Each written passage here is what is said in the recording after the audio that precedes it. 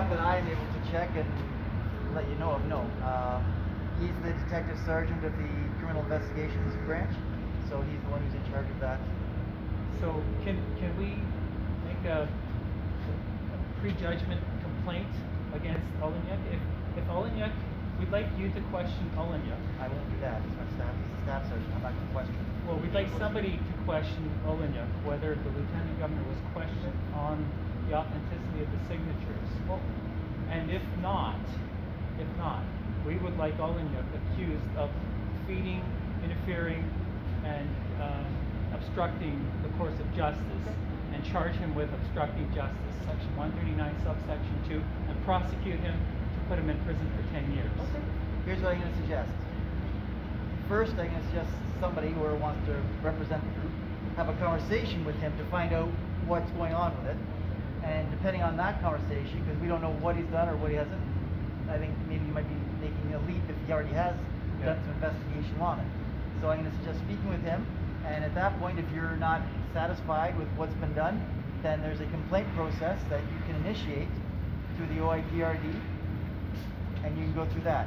If you want, I can give you a form now, or you can wait till Monday. I've got a form. You got the form? Okay. Yeah, but I would at least wait till Monday to speak to him to find out before, so you're not jumping the gun. I just got the email today. I emailed about a week ago talking to Kim Harvey. Yep. Because she was the initial contact that the paperwork was set on her desk. Yep. So we've gone through a process to get to this point. And yeah. I've got his phone number now, so I can definitely phone him. David Lanyuk? Yes. Okay, yeah. Yes. So Do we need to make a hang on one complaint second. to this Yeah. officer? Excuse me, sir. Come on out here, but I'll talk to you in a moment, okay? No, not open. Thank you. Are you we able to feel give this us? is very pressing. Are you able to give us an incident number? For which Today? one? Today? For today? No, I'm not creating an incident. There's no incident to be created. Because I'd like to add this to the file. Okay. Can we Which take one? this? Which file? The one that Olenek is involved with. Well, I don't know which one exactly, because the incident, you gave me something from June. The most recent one we have with you as a complaint was July. Yes. So That's the one. That's the one. Yeah. And I handed in 110 pages. of I can criminal scan code. that into the one in July if you wish. That would be awesome. All right. And can you also make sure Olenek gets it, please? A copy of this? Yes. I will send that out to him, sure. Okay, thank you. Thank you. Thank you. Thanks, sir. Have a good Thank day. you very much. Oh, boy. Hey, Oh, wow. There's a lineup. Jack, can you give me a second? Yeah. Because I don't know what I just watched, and if I post this on YouTube,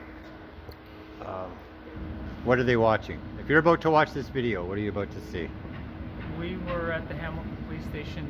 We had given them a criminal information on the Lieutenant Governor because the Lieutenant Governor declared an emergency without any proof of resources, criteria, or circumstances to the population ever within 3 emergency declarations. The signatures on the orders in council are questionable. If you've seen the signatures, we question the authenticity of the signatures. Did the Lieutenant Governor sign it? Did those who recommended the order sign it, and did the Chair of Cabinet sign it? Because if you look at the signature on the Chair of Cabinet, it could have been a 2-year-old that signed it. And on the Ontario regulation signature sheet, there's never a name of each person who signed it. There's no date signed at Toronto, for example.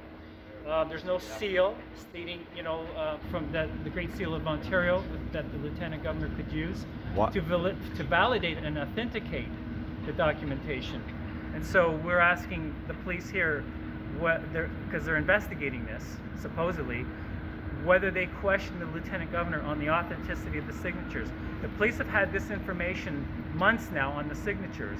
If they have not questioned the Lieutenant Governor on the validity and authenticity of the signatures, among other reasons like why the declaration was declared without due process, the reasons why, and a feedback of why we should and should allow, should or should not allow loss of freedom. So the due process was defeated by the Lieutenant Governor. Parliament shall ensure the protection of these rights and freedoms as in the Canadian Bill of Rights, and Parliament is defined as the Queen, the House of Commons, and the Senate. And so they disobeyed a statute. They disobeyed Section 126 of the Criminal Code, disobeying a statute. And the statute that they disobeyed was the Canadian Bill of Rights, among many other statutes like the Emergency Management and Civil Protection Act 7.0.2 (1). that says all measures must be done in accordance with the charter. As well, it says the purpose of orders in times of declared emergency. There's been numerous times there's been no declared emergency, and there's been a loss of rights and freedoms, and the police have the duty to safeguard the rights and freedoms. And so we're here to have the police safeguard our fundamental rights and freedoms, including the Bill of Rights and anything else that's human. So we believe that the police have failed for whatever reason, maybe out of personal reasons that they don't want to lose a job, and that would be a breach of trust by police officers. Okay, and that's a criminal code offense, section 122. And so what we're doing is we actually see that the police have failed, and so what we're trying to do is gently restore them and carry their burdens, as we have documentation to help the police in carrying out their duties, to take the lieutenant governor into custody, question the lieutenant governor on the validity of everything that's going on, or the criminality. And we've got the paperwork here ready so that the police can actually, all they need to do is just take it as is, but I don't want them to take it as is, use this as their stepping stone to file to the criminal courts, so that the documentation against the lieutenant governor and others are before the Crown Attorney's office, so that the lieutenant governor and others may be sitting in front of a criminal court judge and sentenced, very likely, hopefully, to life in prison as lockdown suicides become murder. We all know that isolation creates suicides. And I have a picture here, and I won't show the picture, I'll show the back. This person is dead because of the lockdown. Okay? I'm not showing the picture. Okay. This is one person that's dead that I know of. This is a special card for somebody who died, and it's the lockdown. Okay. So My only question is, you seem to be determining the length of time that the jail sentence should be. Isn't that up to the court, not the police? it's in the criminal code, life in prison. Okay.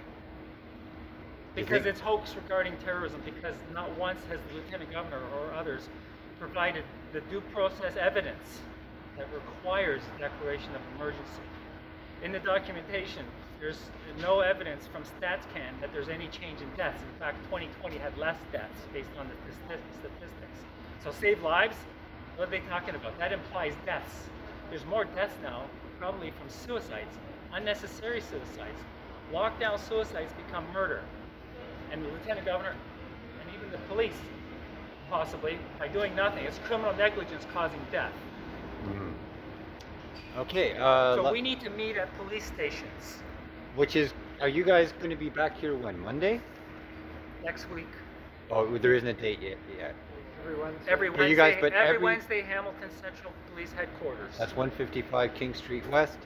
King- Every Wednesday, 12 o'clock. You You're guys right. are going to be here, That's and we're going to right. be trying to take some new action That's every right. single day. We're here to carry the burdens of the police so that they can do their job, because we think that they are failing. Okay. Okay? My last question. Do you can you guarantee me that YouTube won't pull this video again on me? If they do, they would be parties to criminal offenses. Okay. Thanks. The reason I brought that up was because I just put out a video with Jack and Kelly and Anthony, and they all took legal action, much like you saw today. And YouTube determined that asking the police to arrest somebody is a violation of their terms and service. Apparently, YouTube is a publisher, and it's up to them to determine what opinions belong on YouTube and what opinions don't, what legal action you may take on YouTube and which legal actions you don't.